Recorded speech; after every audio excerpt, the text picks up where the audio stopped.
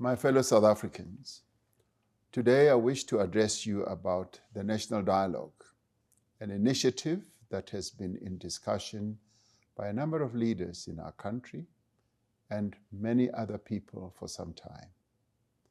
This initiative has been gathering great support and enthusiasm since it was proposed last year. It has been endorsed by a wide range of formations across society. Over the last few months, we've been engaged in discussions with various entities on the purpose and the form of the National Dialogue. In the wake of these consultations, there is broad agreement that given the challenges our country is facing at the moment, we should convene the National Dialogue.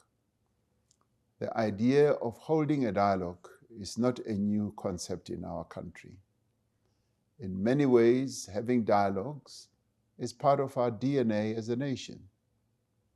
At every important moment in the history of our country, we have come together as a nation to confront our challenges and forge a path into the future in dialogue with one another. Through dialogues, we were able to deal with the challenges that the apartheid system caused in our country and achieved peace and overcame violence. We established a democracy and ended apartheid. Following the negotiations process, we used dialogue to start building a united nation where once there had only been conflict and division. We achieved all this because we came together in dialogue to discuss our difficulties, our concerns, our hopes, and our aspirations as a people. For more than 30 years, we have worked together to realize the promise of our democratic constitution. We have made great strides as a nation, expanding freedom, deepening democracy, and building a better life for millions. Yet we face persistent challenges. Poverty, unemployment, and inequality are deep wounds that prevent us from reaching our full potential as a nation and as a country. Millions of people are underemployed and unemployed. Many of those who work earn wages that cannot sustain them or their families. Crime, gender-based violence, and corruption are prevalent across our society. We are therefore called upon at this moment to direct all our efforts to build a thriving, inclusive economy that creates jobs and opportunities. We are called upon to build safer communities and create a better future for our children.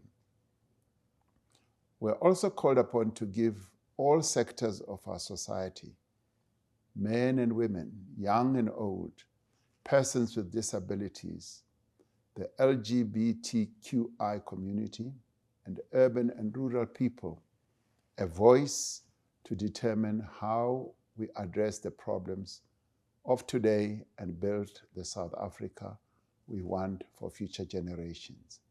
That is why we have agreed to convene an inclusive national dialogue. The dialogue will be a people-led, society-wide process to reflect on the state of our country in order for us to reimagine our future. The National Dialogue is a chance for all South Africans from all walks of life to come together and help shape the next chapter of our democracy. Through the National Dialogue, we seek a shared vision of what it means to be a South African and develop a new national ethos and common value system. It is an opportunity to forge a new social compact for the development of our country, a compact that will unite all South Africans with clear responsibilities for different stakeholders, government, business, labor, civil society, men and women, communities, and citizens. It is anticipated that the National Dialogue will drive progress towards our Vision 2030 and lay the foundation for the next phase of South Africa's National Development Plan. The National Dialogue itself is not an event.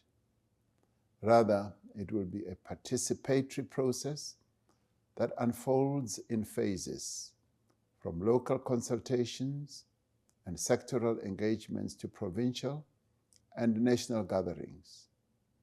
In my capacity as the head of state, I will be calling a national convention on Friday, the 15th of August 2025. This national convention will represent the diversity of the South African nation. The first national convention will set the agenda for the National Dialogue.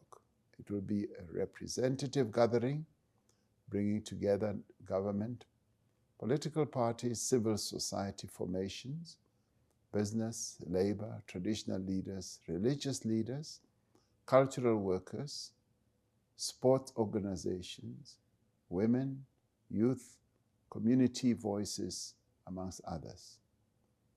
Through their various political, social, and other formations, in their workplaces and places of worship, communities, villages, and sites of learning, South Africans will, in the months following the National Convention, be encouraged to be in dialogue to define our nation's path into the future. The views, concerns, and proposals that will emerge from this conversation will be brought together at a second National Convention that is planned to be held in the beginning of next year. This second National Convention will reinforce our shared values and adopt a common vision and program of action for our country into the future. We expect that the National Convention will finalize a compact that outlines the roles and responsibilities of all South Africans. To guide and champion the National Dialogue, I am appointing an eminent persons group. These leading figures in our society, reflecting the great diversity of our nation, with a proven commitment to the advancement of social cohesion and nation building.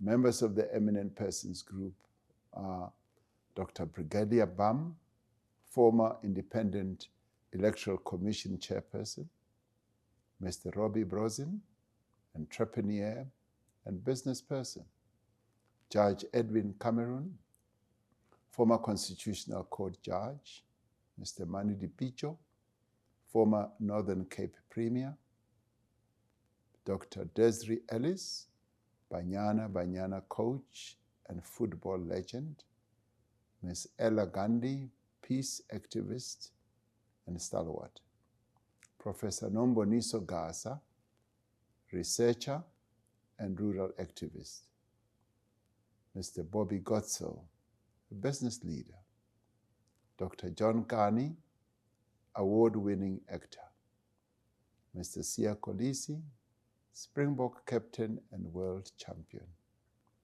Ms. Mia Leroux, Miss South Africa 2024, His Grace Bishop Barnabas Lekhanyane, leader of the Zion Christian Church, His Grace Bishop Engenas Lekhanyane, leader of the St. Engenas Zion Christian Church, the Most Reverend Thabo Makgoba, Anglican Archbishop of Cape Town, Professor Tinyiko Maluleke, chairperson of the National Planning Commission, Dr. Barbara Masikela, poet, educator, and stalwart, Ms. Lindiwe Mazibuko, former Member of Parliament, Mr. Rolf Meyer, former Minister and Constitutional Negotiator, Ms. Gina Mhlope, storyteller, writer, and actor, Ms. Nompendulo Mkachwa, student activist and former Member of Parliament, Ms. Khothatso Monjane, Grand Slam tennis champion, Professor Harry Rangwezi Nengwekulu, former activist and educationist, Mr. Beki Nchalinchali, unionist and former COSATU General Secretary. Hosi Philia Mwamitwa, traditional leader. Hosi Thabo Siahlulo, chairperson of the National House of Traditional and Khoisan Leaders. Dr. Gloria Serobe, business leader. Dr. Imtiaz Suleiman, founder of The Gift of the Givers. Professor Derek Schwartz, academic. Ms. Lorata Trok, author and early literacy expert. Mr. Sibusiso Vilani, mountaineer and adventurer. Mr. Siabulela Muza, award-winning rocket scientist